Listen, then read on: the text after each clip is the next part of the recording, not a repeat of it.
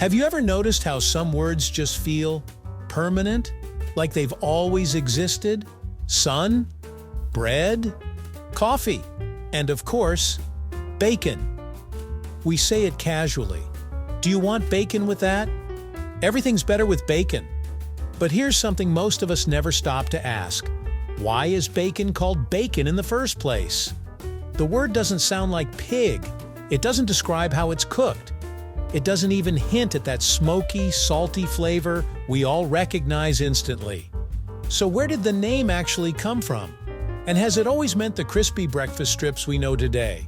Today we're breaking down where the word bacon actually came from, how its meaning changed over centuries, what it originally referred to, and how it evolved into the breakfast icon we know today. Right here on History of Simple Things.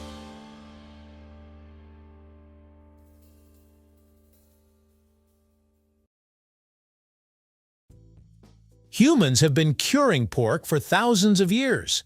The ancient Chinese were salting pork belly as early as 1500 BCE. The Romans had something called pitasso, a type of boiled and seasoned pork shoulder. Preserving meat with salt was essential before refrigeration, and pork was especially popular because pigs were relatively easy to raise. But the bacon we recognize today took shape in Europe during the Middle Ages. And interestingly, the word bacon didn't originally refer to just one specific cut of pork. That's where the story gets interesting. The word bacon comes from several Old Germanic and French terms. One of the earliest roots is the Proto-Germanic word Bakkon, which referred to back meat. Old High German had bacho, meaning ham. Old French used Bakkon, which described the back and sides of a pig. When the Normans invaded England in 1066, they brought their French language with them. Over time, Old French Bakkon blended into Middle English as Bakkon and eventually settled into the modern word bacon. Originally, bacon didn't mean just pork belly. It referred broadly to cured pork from the back or sides of the pig. In other words, bacon was more of a category than a specific slice. So the word is less about flavor and more about anatomy. It literally traces back to the pig's back.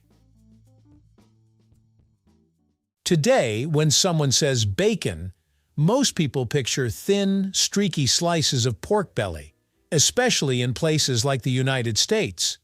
But historically, that wasn't always the case. In the UK and Ireland, for example, bacon traditionally refers to cuts from the back of the pig, closer to the loin. What Americans call Canadian bacon is actually more similar to traditional British back bacon. The streaky, fatty strips popular in the US come from pork belly.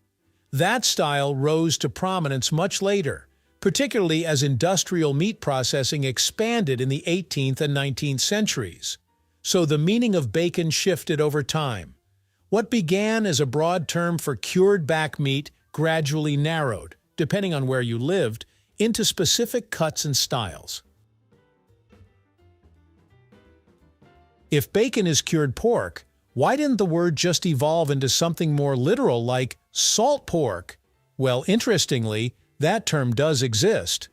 Salt pork historically referred to a heavily salted pork used for preservation, especially on ships or in military rations.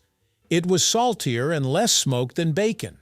Bacon, on the other hand, became associated with a particular curing process, typically involving salting, sometimes smoking, and eventually slicing.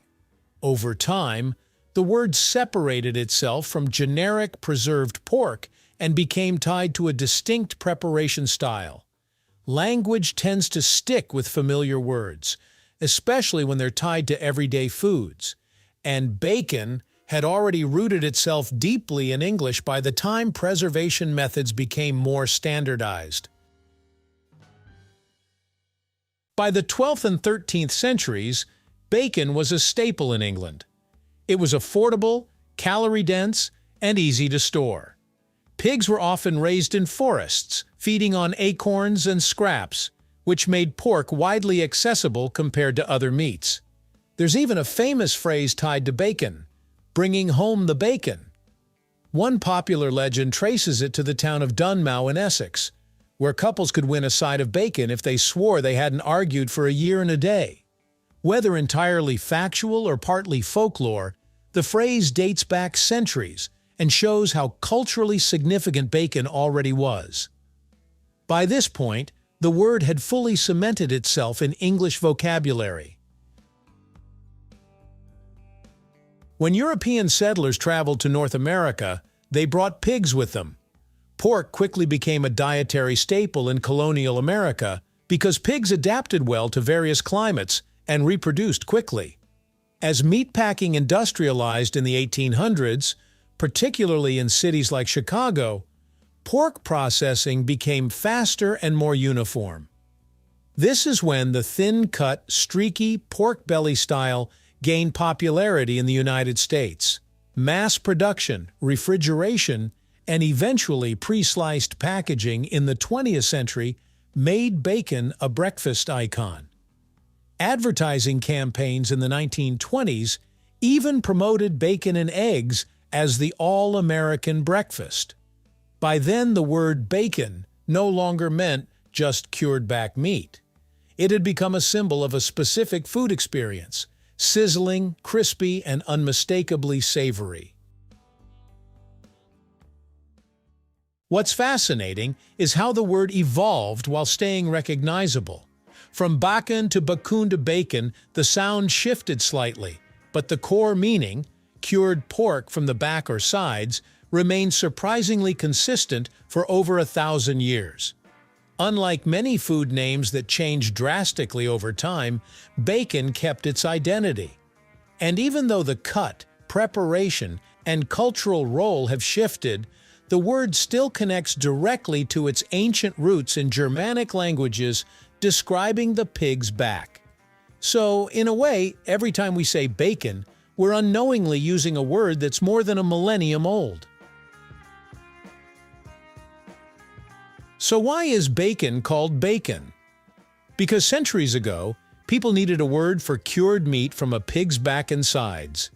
That word traveled through Germanic tribes, Norman French, medieval England, and across the Atlantic, surviving language shifts and culinary changes. It doesn't describe the sizzle, the smoke, or even the flavor, just where it came from. Yet that simple term became one of the most beloved food names in the world. Next time bacon crackles in a pan, remember, you're tasting history, and a word that literally means back meat. Thank you for watching. If you have suggestions for our next video, feel free to share them in the comments below. We'll be sure to give you an acknowledgement for your contribution. Thank you for joining us on this journey through the history of simple things. Don't forget to like, subscribe, and stay tuned for more stories woven through the smallest details.